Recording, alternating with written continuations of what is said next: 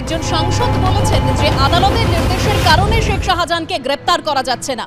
সওয়াল আদালত বান্ধব জয়ন্ত নারায়ণ চট্টোপাধ্যায়ের। আর আদালত এবার স্পষ্ট জানিয়ে দিল শেখ শাহজাহানকে গ্রেপ্তারিতে কোনো রকম বাধা নেই, কোনো রকম স্থগিতাদেশ নেই।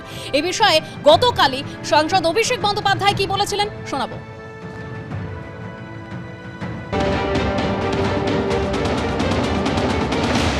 এই নিয়ে কেউ কোনো রকম দ্বিমত সংশয় রাখবেন না যে শেখ শাহজাহানকে তৃণমূল কংগ্রেস গার্ড করছে।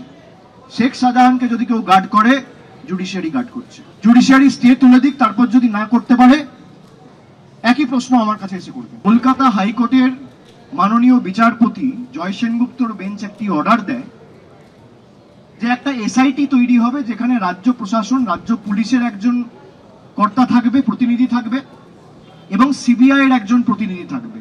ইডি অ্যাপিল করে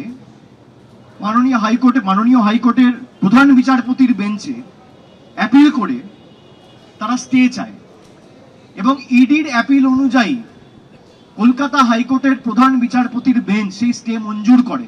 স্টে মানে ইনভেস্টিগেশন হবে না, স্টে মানে কাউকে অ্যারেস্ট করা যাবে না, স্টে মানে কাউকে নোটিশ পাঠিয়ে ডাকা যাবে না।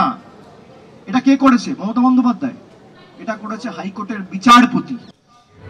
অর্থাৎ অভিষেক বন্দ্যোপাধ্যায় গতকাল বলেছিলেন যে বিচার ব্যবস্থায় আড়াল করে রেখেছে শেখ শাহজাহানকে। আর শেখ শাহজাহানের গ্রেফতারি নিয়ে কিছুদিন আগে সেচমন্ত্রী পার্থ ভৌমিক বলেছিলেন যে আদালত অনুমতি দিলে 10 দিনের মধ্যে গ্রেফতার করা হবে শেখ শাহজাহানকে। অর্থাৎ কোর্টের ঘাড়েই দায় ঠেলেছে তৃণমূল।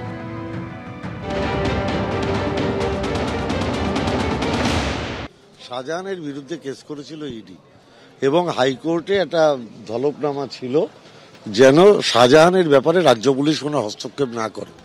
আমাদের নেতা সাংসদ অভিষেক বন্দ্যোপাধ্যায় তিনি বলেছেন কলকাতা হাইকোর্ট যদি নির্দেশ দেয় 10 দিনের মধ্যে রাজ্য পুলিশ নিশ্চয়ই ব্যবস্থা নেবে। অর্থাৎ আমাদের দলের স্ট্যান্ড পয়েন্ট খুব ক্লিয়ার। এবার ইডি তো আর আমাদের নয়, ইডি কেন্দ্রীয় সরকারের। হাইকোর্টের পারমিশন নিতে হবে, কারণ হাইকোর্ট তো একটা জারি করে রেখেছে। হাইকোর্টের উপরে তো আমরা কেউ যেতে পারবো না, আমাদের আইনকে সম্মান জানানো উচিত। স্বাভাবিকভাবেই আমাদের নেতা অভিষেক বন্দ্যোপাধ্যায় এই কথাটা বলেছেন। সরাসরি বিচার ব্যবস্থার উপরে আঙুল তুলছে। প্রধান বিচারপতি তার সম্পর্কে মন্তব্য করছেন, এক বিচারপতির বাড়িতে গিয়ে পোস্টার লাগিয়ে আসছেন, বিচারপতিদের কোর্টরুমের মধ্যে ম্যানহ্যান্ডেল করা হচ্ছে, বিভিন্ন ডিস্ট্রিক্ট কোর্টে রায় দেওয়ার সময় ঘরের মধ্যে প্রচুর তৃণমূল কংগ্রেসীরা ঢুকে যাচ্ছে। এক অদ্ভুত পরিস্থিতি রাজ্যে তৈরি হয়েছে। এখন আদালতের এই হিউমিলিয়েশন, আদালতের উপর এই আক্রমণ, আদালতকে রাজনীতির কারণে ব্যবহার করে তাদের রেফারেন্স টেনে বিভিন্ন সময় বিবৃতি, আমার মনে হয় সংবিধানের যারা কাস্টোডিয়ান এখন সময় এসে তাদের বিষয়টি দেখবার।